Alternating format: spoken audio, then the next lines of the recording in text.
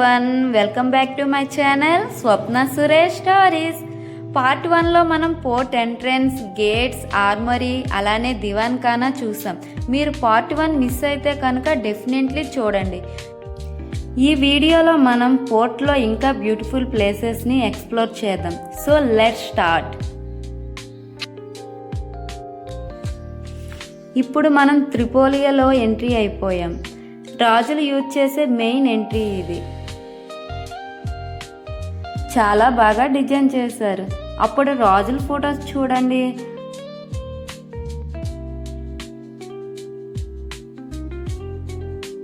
ఆ రోజుల్లో కెమెరాస్ లేవు కనుక ఇలా పెయింటింగ్స్తో వేయించుకునేవారు.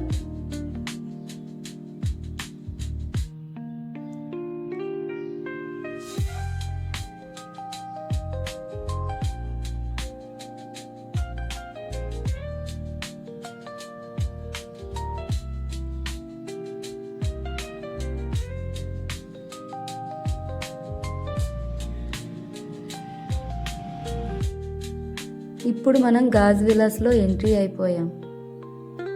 ఇక్కడ ఆర్కిటెక్చర్ చూసారా, చాలా డీటెయిల్డ్గా కర్వింగ్ చేశారుగా.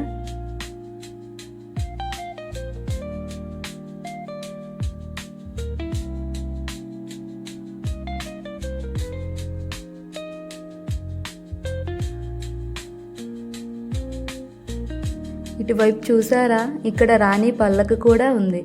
ఆ రోజుల్లో రాణి ట్రావెల్ చేయడం కోసం యూజ్ చేసే పల్లకి ఇది.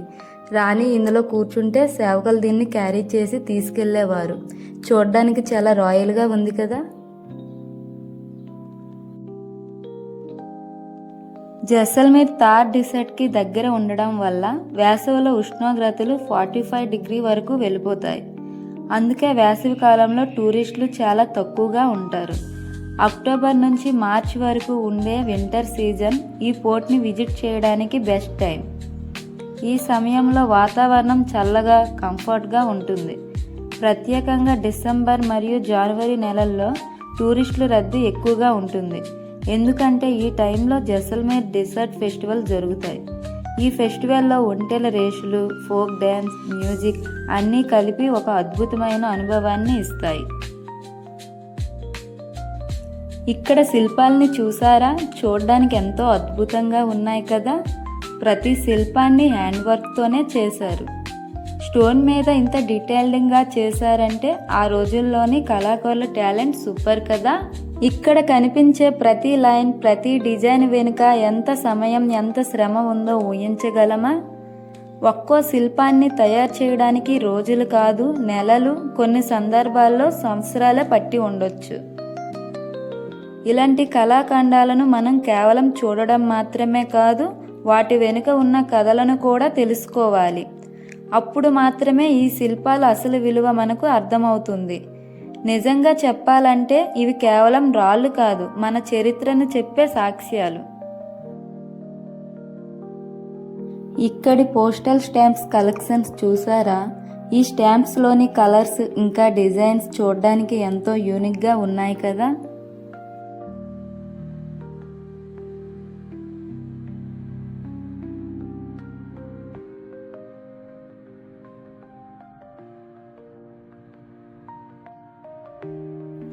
ఇక్కడ గోడలపై ఉన్న ఆ అద్భుతమైన ఆర్ట్ వర్క్ని మీరు చూసారా.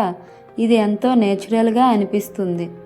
ఎన్నో సంవత్సరాలు అయినప్పటికీ కూడా ఇంకా ఇక్కడ అందాన్ని తాజాగా, కొత్తగా ఉంచి చూపుతుంది.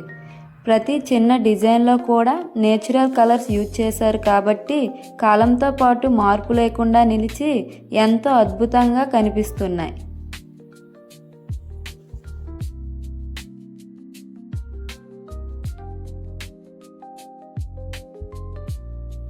ఇప్పుడు మనం రాజు నివసించిన బెడ్రూమ్ దగ్గరికి వచ్చేసాం. ఇక్కడ అప్పుడు రాజు ధరించిన పట్టు వస్త్రాలు, ఆయన పడుకునే బెడ్ మరియు భోజనానికి వాడిన శిల్పకళతో కూడిన పాత్రలు అన్నీ ఇంకా అలాగే భద్రపరిచి ఉన్నాయి. ఈ ప్రతి ఒక్క వస్తువు ఆ కాలపు రాజ స్వభావాన్ని మరియు విలువైన జీవితాన్ని మనకి గుర్తు చేస్తున్నాయి.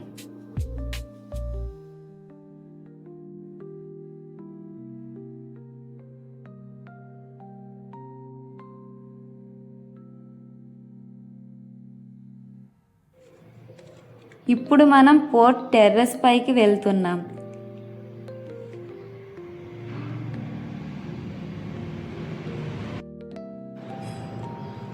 ఈ స్టోన్ చూసారా? అప్పట్లో టైం చూడడానికి యూజ్ చేసేవారు. సింపుల్గా కనిపిస్తుంది కానీ చాలా ఇంట్రెస్టింగ్గా ఉంది.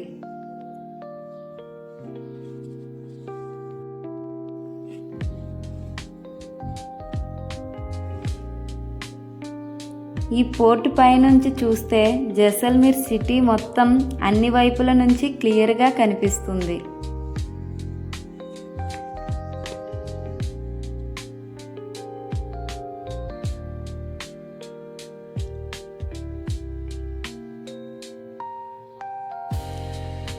ఈ సిటీ పైన సన్లైట్ పడేటప్పుడు ఇక్కడ బిల్డింగ్స్ అన్నీ గోల్డ్ కలర్లో కనిపిస్తాయి.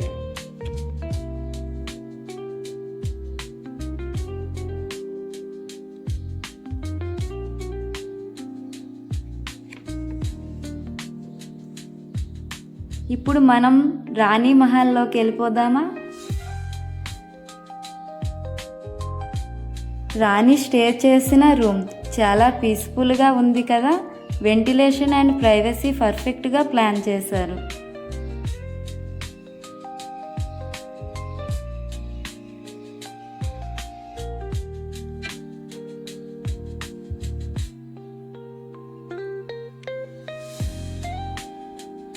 ఇక్కడ చూసారా, పోర్ట్ మ్యాప్ ఉంది. చూస్తే చాలు పోర్ట్ ఎంత పెద్దగా ఉందో తెలుస్తుంది.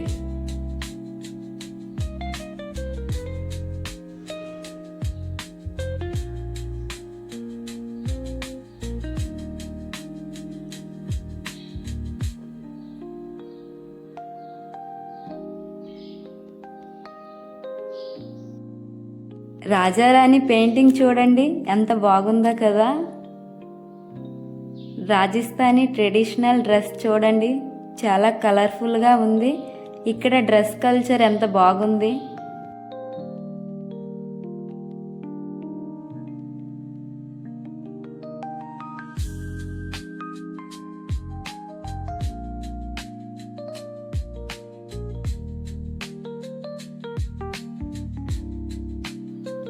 ఇప్పుడు మనం పోర్ట్ హిస్టరీ పిక్చర్ సెక్షన్లోకి వెళ్తున్నాం.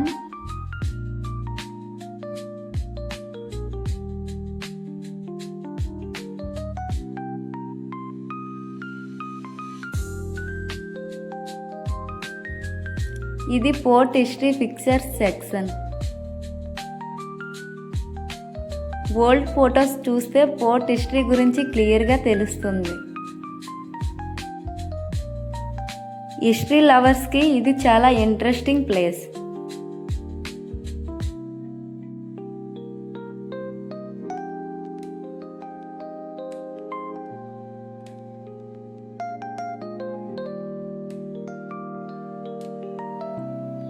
నాకు చాలా మంచి ఎక్స్పీరియన్స్. నేను ఇక్కడికి వచ్చాక హిస్టరీని లైవ్లో చూస్తున్నట్టు అనిపించింది.